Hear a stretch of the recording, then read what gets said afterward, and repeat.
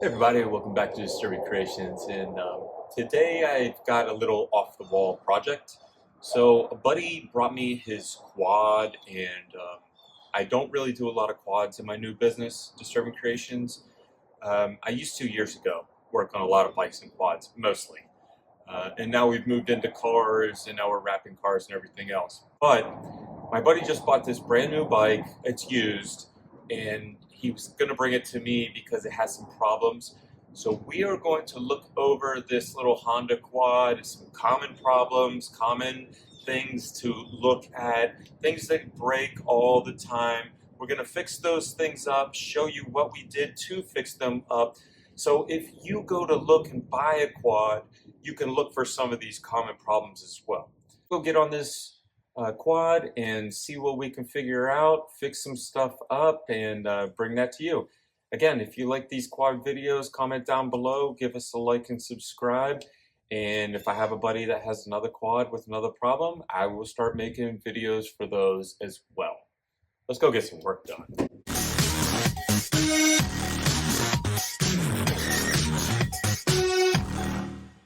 What's up, everybody? We're back. This is Disturbing Creations. We have a quad in today. This is a TRX 250 Honda. Guy brought it in because it's having a starting issue. So you can look over the quad a little bit so you can see some of the damages. And the guy just got this and wants to just make sure it's safe, make sure it's driving correctly. I did notice that part of this sleeve that was reconditioned was missing a bolt, so I'm a little skeptical about that. If your mechanic can't put the final bolt in, then you should not buy the vehicle. If they cannot do this correctly, then how do I know the inside is done correctly? So we're not going to mess with the inside because the bike seems to be functioning correctly, but I don't want to take liability for that. So we lost a frame piece here, so this plastic keeps coming down and it's starting to melt on the exhaust piece here. This piece would be right here. See where the plastic is? You can see it on this side. So this piece, it's actually broken on this side too. It's bent. I'm gonna have to remanufacture this and bolt it in. So this piece of frame is totally bent off the other side, and as you can see, it's not in the correct place on this side. We're missing a brake light here. We have a sensor that's taped up, but we're going to try to fix that as well. This is an electronic start bike. It has a front light, so I'm sure that this is supposed to go to a tail light.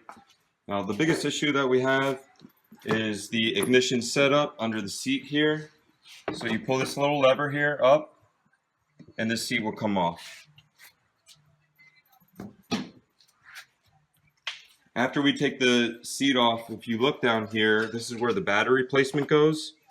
This is your positive for the battery, and this is supposed to be your negative. As you can see, his negative has been changed to this brass coupler fitting. I mean, I guess it works, but it's not OEM, and I don't know if this is even connected in correctly. I haven't run the wiring yet, so I wanted to show everything that is wrong on the bike first before I start to tackle it. This ignition, or this stator, whatever we're calling this piece, once the ignition, the key is turned on, and then you have to put this in run. So if you put it on this side, that's no run. This side's no run. You have to put it in the middle run, and then you have to push this to start. When I do that, this piece is just making noise, clicking, like when you're trying to turn your car on and you go to turn the key and you just hear click, click, click, click, click, and your car doesn't want to run. It sounds like your battery's bad, but this one has a brand new battery. I know the battery's not bad. Every time you jump this, it's turning right on.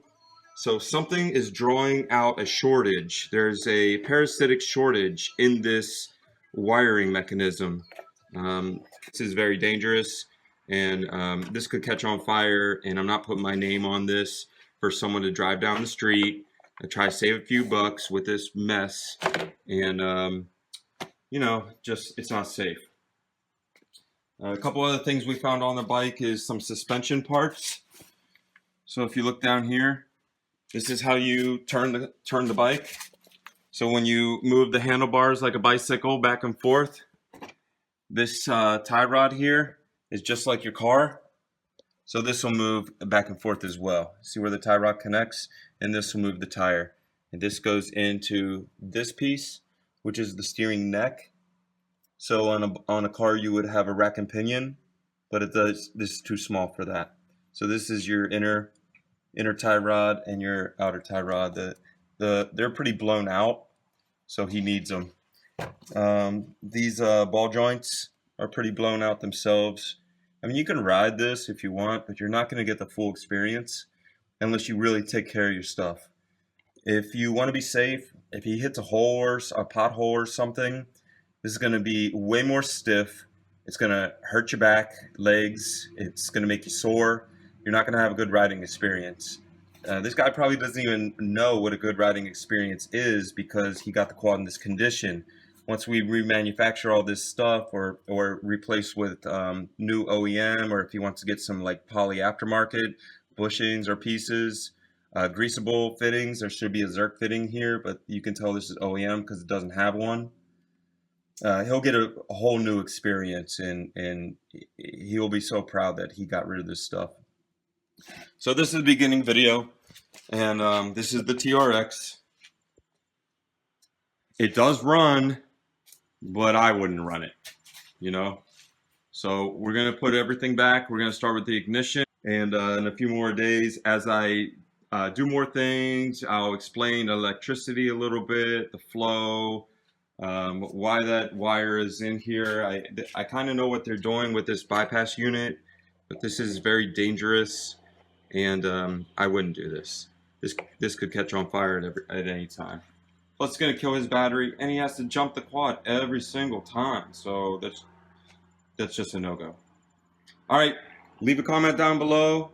If you have this kind of quad or you've worked on this before, there's something that you think that I should check, hey man, please tell me. We're all trying to help each other out. We're trying to do a business. You know, you guys like quads or you wouldn't be watching this video right now. If there's something that you think, hey, you should check this, you should check that. I've seen people do this crazy wiring stuff right here. Oh, I know exactly what that is. Hey, help us out. I mean, we're making videos and fixing stuff, trying to help you out. If you just like our work, you know, subscribe to our channel. We're always putting new content out. All right, so I brought this quad in. I showed you guys this quad. It's going to be a quick 2 videos on this little quad. We did a lot of work. This is a Honda TRX 250. I think it's a 2011.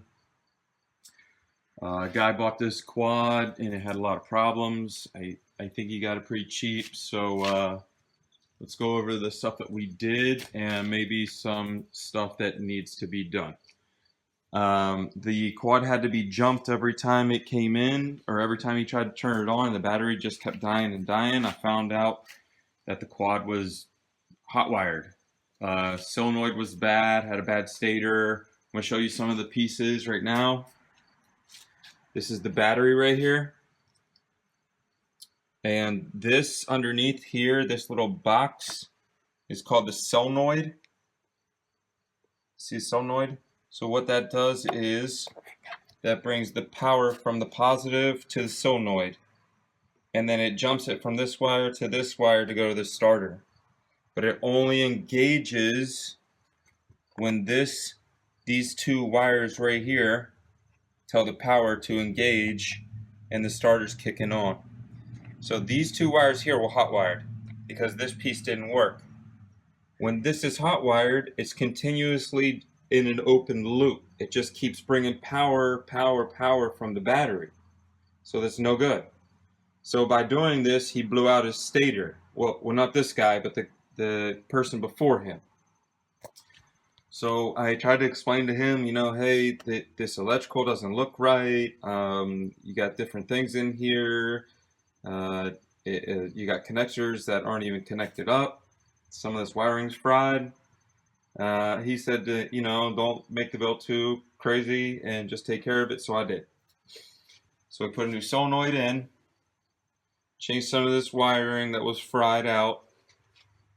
I'm gonna show you under here where it was hot wired at. Right here, you see these two cables that followed this up? That goes to the coil. Those are these two wires right here.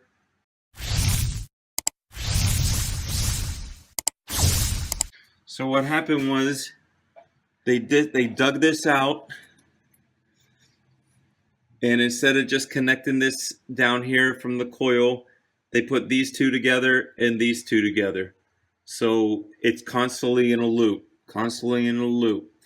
What happens is if these are connected the right way, yellow, red to yellow, red, green, red to green, red, then what will happen is when you turn the switch here, the ignition switch, it would bypass. So when you turn this ignition switch, it would bypass this system and bypass this solenoid and jump straight through. We don't have to do that anymore. This isn't a stolen quad, so why are you going to treat it like one? So let's see what happens. Oh my goodness. Oh my goodness. Sounds great. Turns right on. Turns right on. Talk a little bit more about the electric. So the light wouldn't work here in the front. So you see now the light comes on, and he has low beam and high beam. I don't know if you can really tell on the camera the difference. Low beam, high beam. And you can turn it off now. So the wiring behind this, I don't know if you can see up in there. The wiring up here behind the light, this one right here that goes into the light was broken. And I had to buy a new clip right here to plug into the light, then re-put it into this wiring harness and tape it all back up again. The spark plug was bent somehow. I don't know how that happens, and the bike was kind of running before, but I put a new VR8EA, I think it was. I got like 50 spark plugs laying around the shop, so I just put one in. I mean, bike runs great. Sounds great. Turns right off. You know? Turns right on. Couldn't do that before. Turns right off. Turns right on. So I'm very excited. I know he's going to be very excited. So, oh, sorry, I was just looking at a wire here. I think I'm going to, he's got a lot of stuff going on here. So I'm going to put a zip tie around this so it doesn't hit the cylinder head anymore. As you can see, like some of these wires are melted underneath. They're not all the way through. They're still okay, but now that I put a new box in here, he was riding dirty with the tank was just laying in here, and it didn't have a tank bottom protector plate on it, and it was just rattling on top of the motor, and the bolt had worked its way all the way through. It was just about to pop. I could see light through it when I looked through the tank. It was crazy. If he'd have kept driving this, it would have leaked all over the tank, probably caught on fire. This kid would be dead right now. So, hey, I saved your life. So, this is it. TRX 250. So, we don't just work on quads. Cars, motorcycles. We do quads. I can do it all, you know. I have a lot of these toys because I bought broken ones or got them for free and had to fix them up or get 2 or 3. The quad still needs tires. He's gonna take care of that later. All the electrical works. Turns right on. Stator keeps the battery charged. No more jumping it. It's beautiful. So we did a wiring harness, a solenoid. We chopped the wire piggy tail in for the headlight, the stator, the carb clean. I did a carb clean. So this little baby carburetor in here, can you see it? Yeah, this little baby carburetor. Took the bowl off the bottom, cleaned all the bowl out here. Wait, where's my finger? The bowl out here. Cleaned the jet. The springs on top. And this is how you actuate your throttle. So as you press this right here, in and out, it brings a spring in and out of here to let the butterfly open up. Pull choke up here. Just a cable. It didn't do anything. It's probably only a couple bucks. But it was just hanging down here. It wasn't connected to anything because it doesn't go to this carburetor. So I took it out because now he doesn't have something up here that's flopping all around and flopping down in there, making noise, make you nervous. It's not up here. If he's pulling it and the bike's not starting, then you know it's a problem. We put new clips, all new clips in, and new bolt. I also put some pieces of frame in down here. So these quarter piece of frame I put in. So as you can see, he's got damage here where there was no frame, and there's no frame here. It's busted off.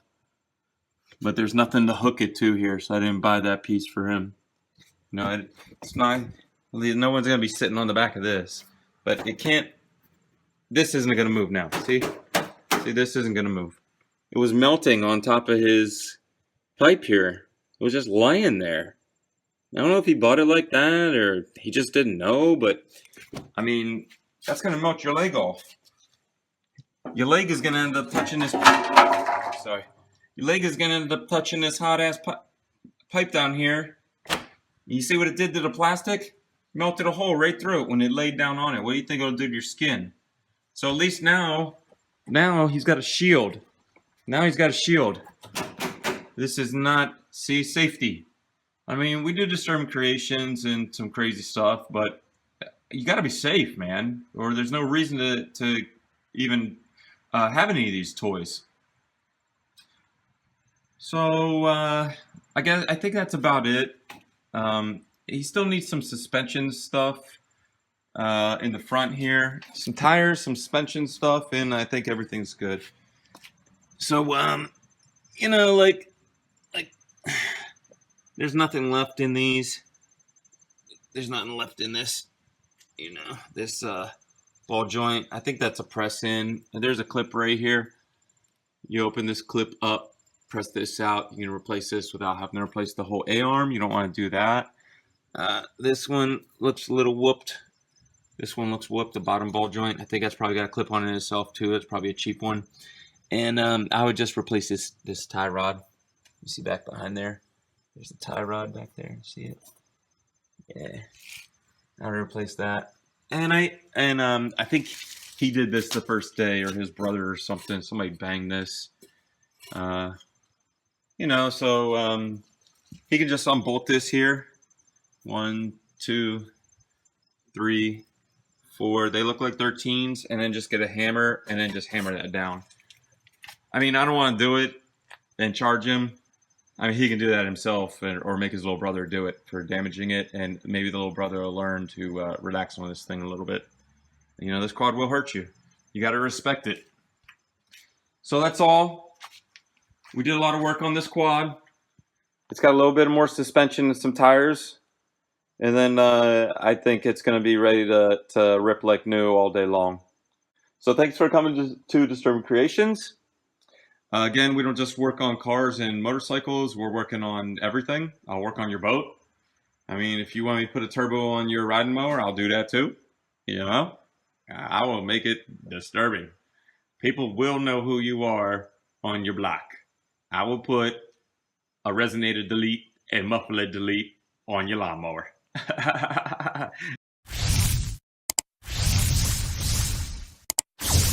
So, all right, if you worked on this quad before, leave me a comment down below. If you want to see something I didn't go over on this type of quad, leave me a comment down below. If you own this quad, maybe I can give him a tip, like, hey, this ball joint goes bad on the front, so they pop out. There was a recall, or hey, you should buy XYZ brand ball joints because they're great, or these shocks, or whatever. I mean, I want to pass that information along. Thank you for sharing information and educating. That's what we do. And we're going to keep doing it as well. So God bless. Have a great day and make some disturbing creations. I'm out.